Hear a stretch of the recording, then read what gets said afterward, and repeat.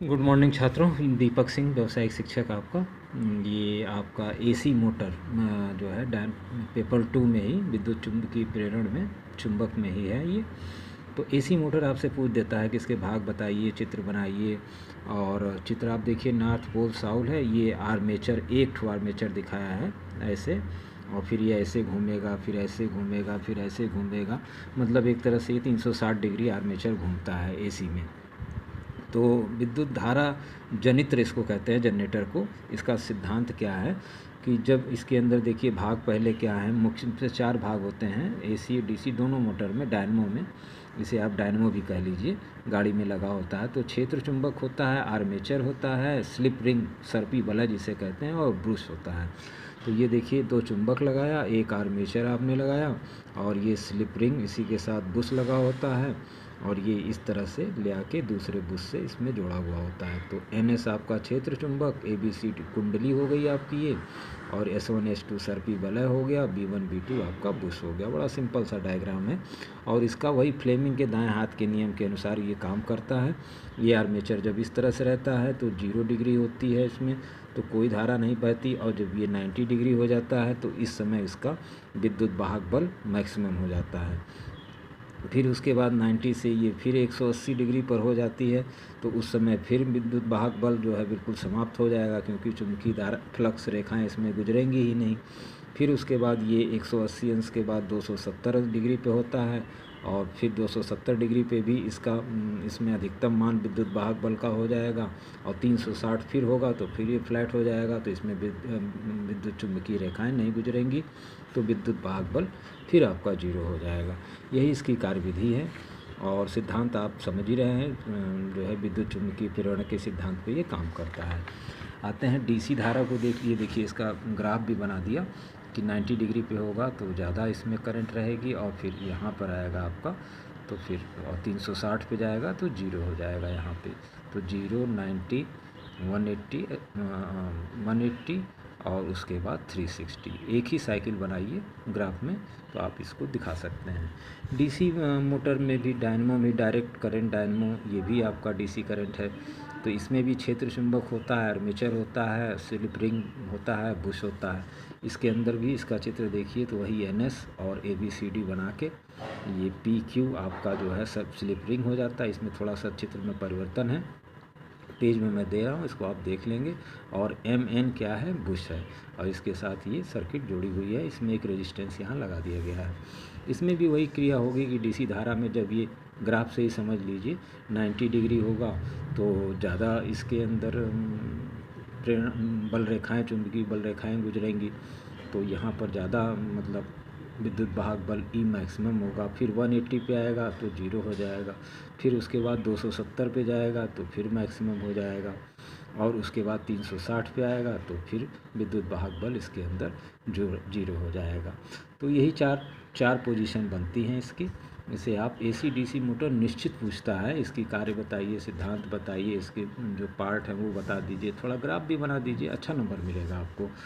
अब आते हैं स्वप्रेरण क्या है। स्वप्रेरण मतलब विद्युत चुंबकीय प्रेरण की इस घटना जिसमें कुंडली में प्रवाहित धारा को अगर आप परिवर्तन करें तो उसी कुंडली में प्रेरित धारा उत्पन्न हो जाती है।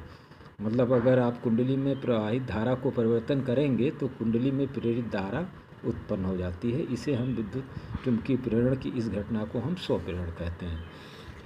अब इसमें N फाई मतलब N फाई बराबर L I होता है। तो L यहाँ पर जो है उसमें गुणांक है स्वप्रेरण का, इसका मात्रक भी हेनरी होता है।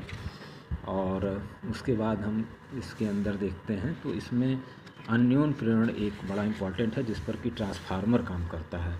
तो जब हम 2 कुंडलियों को पास पास रखकर एक को बैटरी से जोड़ दीजिए और उसमें विद्युत प्रवाहित करिए, तो उसमें बहने वाली धारा के मान में अगर आप परिवर्तन करें या उसको बंद करें तो दूसरी कुंडली में ऑटोमेटिक एक जो है विद्युत वाहक बल प्रेरित उत्पन्न हो जाता है।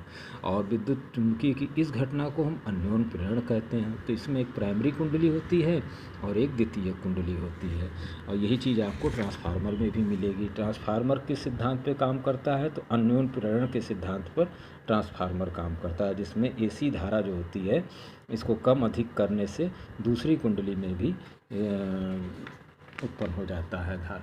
तो इसमें दो प्रकार के ट्रांसफार्मर होते हैं, एक तो स्टेप अप को हमेशा इस तरह से याद रखिए, देखिए ये बना हुआ ऊंचाई कहते हैं स्टेप अप ट्रांसफार्मर। तो प्राइमरी कुंडली में स्टेप अप का मतलब हुआ द्वितीय कुंडली में आपका ज़्यादा कॉयल रहेंगे और प्राइमरी में कम रहेंगे, और स्टेप डाउन करिएगा तो द्वितीयक में कम कुंडली रहेगी और प्राथमिक में ज़्यादा रहेगी। तो इसी तरह से ऊंचाई और अपचाई दो ट्रांसफार्मर होते हैं। ये जो लगा है इसे कोर कहते हैं। इसके अंदर भंवर धाराएं उत्पन्न हो जाती हैं जो एक तरह से इसकी क्षति करती हैं। ये कोर जो है तांबे के होते हैं और इनके बीच में इंसुलेशन होता है, तो ये इंसुलेशन जो है इसको चिपकने नहीं देता, और इसके अंदर भी विद्युत वाहक बल का परिवर्तन होता है।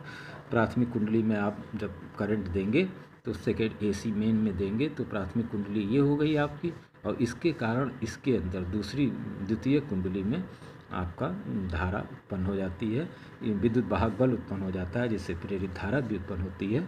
इसी को हम ट्रांसफार्मर का सिद्धांत कहेंगे।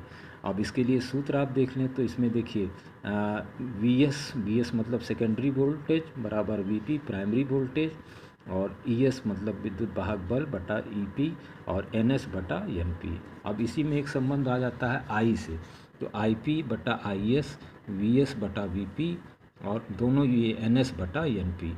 अगर प्राइमरी कुंडली का संख्या पता है आपको, दोनों वोल्टेज पता है, तो आप जो है सेकेंडरी कुंडली का निकाल सकते हैं। या धारा दोनों पता है, एक कुंडली का पता है कितनी उसके अंदर चक्कर हैं, तो दूसरा निकल सकता है। ये बड़ा इंपॉर्टेंट क्वेश्चन है, इसके अंदर सवाल भी पूछ सकता है आपसे। और ट्रांसफार्मर का बहुत अच्छा उपयोग है कि इससे जो है आप दूर दूर तक वोल्टेज स्टेप अप या स्टेप डाउन करके लगा सकते हैं। आपके गाँव में स्टेप डाउन लगा हुआ है। और फोको धारा या भंवर धाराएं किसे कहते हैं, इसी का नाम फोको भी है, और इन्होंने फोको साहब ने 1875 में इसको देखा था कि इसके अंदर ये धाराएं धातु के टुकड़े में गति करती हैं और चुंबकीय फ्लक्स का विरोध करती हैं, और इससे जो है जल में भी भंवर धाराएं जो है चक्करदार होती हैं, तो आपने देखा होगा भंवर धाराएं। तो इसी को हम, ये धारा इतनी प्रबल हो जाती हैं कि कभी कभी धातु का टुकड़ा गर्म होकर लाल हो जाता है।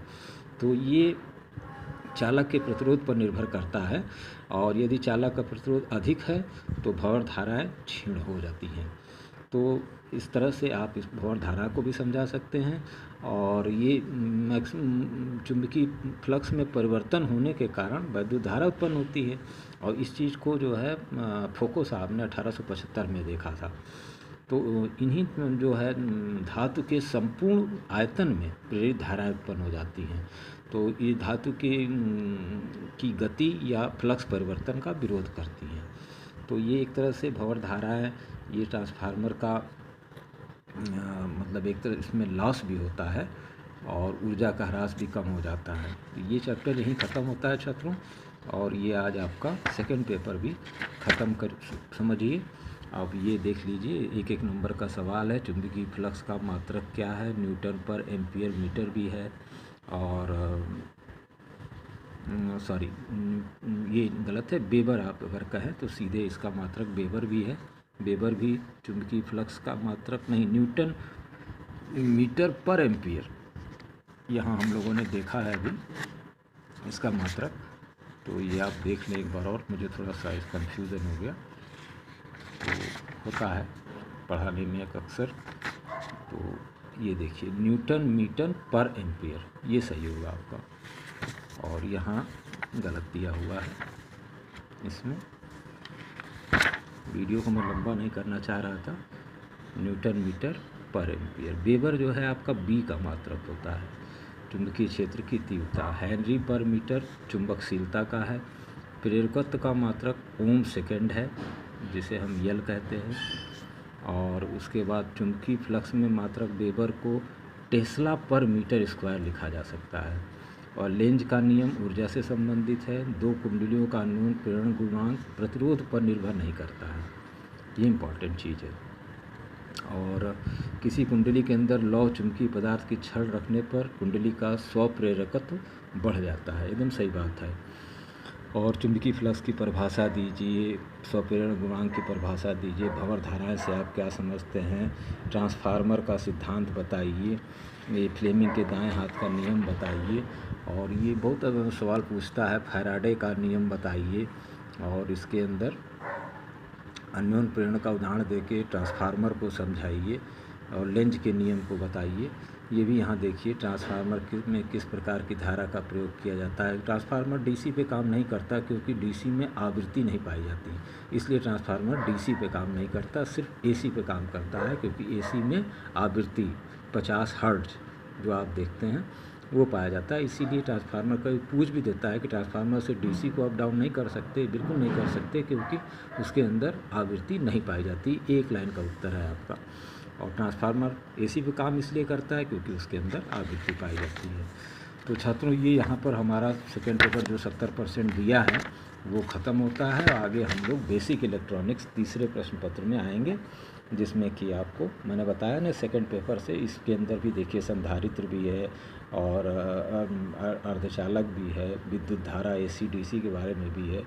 तो ये चीज़ इसके अंदर सेकंड पेपर को हमेशा ध्यान से पढ़िए, ताकि थर्ड पेपर भी आपको आएगा सवाल तो सेकंड पेपर का भी पढ़ के जाइएगा और थर्ड पेपर को भी पढ़ के जाइएगा, तो थर्ड पेपर आपका बहुत अच्छा होगा। Many thanks again.